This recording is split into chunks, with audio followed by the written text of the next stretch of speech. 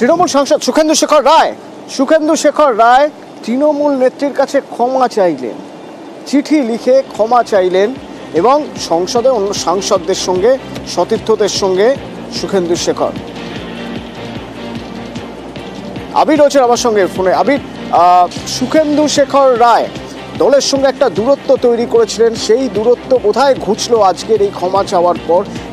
চিঠিতে কি উল্লেখ করেছেন তিনি, কি করেছিলেন, কিসের জন্য ক্ষমা চাইছিলেন, কিছু জানতে পারছি আমরা?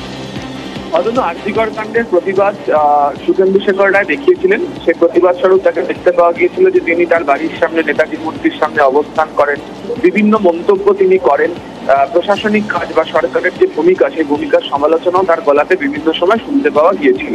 এবং বিভিন্ন সময় জুড়ে তিনি এক্স হ্যান্ডেলও যে পোস্ট করেন, তার একাধিক বক্তব্য, তা নিয়ে তাকে পুলিশের তরফ থেকে ডেকে পাঠানো, তার আদালতের দ্বারস্থ হওয়া, দীর্ঘ সময় ধরেই এপিসোড চলতে থেকেছে। পরবর্তী সময় যদি তুমি দেখো যে সংসদে নিজের আসন বদলের বিষয়টি ছিল দলকে না জানিয়ে তার চিঠি, তা নিয়েও চর্চা শুরু হয়। ফলে একটা ধারণা তৈরি হয়েছিল যে সুখেন্দু শেখর রায়ের সঙ্গে তার দল তৃণমূল কংগ্রেসের দূরত্ব ক্রমশ বৃদ্ধি পাচ্ছে। এমনকি জাতীয় কর্মসমিতির বৈঠকে তার ডাক না পাওয়া নিয়ে এই চর্চা আরো জোরদার হয়। এরই মধ্যে যেটা জানা যাচ্ছে যে সুখেন্দু শেখর রায় তিনি তার যে আচরণ নিয়ে তিনি দুঃখ প্রকাশ করেছেন। তিনি তার দলের নেত্রীর কাছে তিনি চিঠি পাঠিয়েছেন এবং সেখানে তিনি উল্লেখ করেছেন তিনি অনুতপ্ত, যা করেছেন ভুল করেছেন, কোথাও ছেড়ে তিনি তার দলনেত্রীকে যাবেন না। তারা এই প্রতিবাদের বিষয় নিয়ে তারা আরো দায়িত্বশীল হওয়া উচিত ছিল।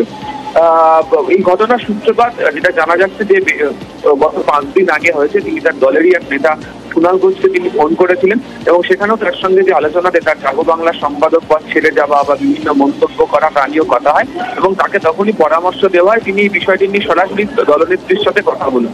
সূত্রের খবর তারপরে তিনি লিখিতভাবে তিনি জানান এবং আজকেই তিনি দিল্লিতে তাদের যে পার্টি অফিস সেখানে তিনি যান এবং রাজ্যসভার নেতা ডেরেক ওব্রায়ানের সঙ্গে তিনি সংসদেও গিয়েছেন এবং গতকালকেও জগদীপ ধনখড়ের রাজ্যসভার চেয়ারম্যানের যে অপসারণ সংক্রান্ত যে চিঠি গিয়েছিল সেখানেও তিনি সই করেছেন। ফলে সব মিলিয়ে সুখেন্দু শেখর রায়ের সঙ্গে তার দলের যে তার সঙ্গে যে দূরত্ব তৈরি হয়েছিল সেটা এর মধ্যে দিয়ে মিলতে চলেছে, এমনটাই ইঙ্গিত পাওয়া যাচ্ছে। ধন্যবাদ।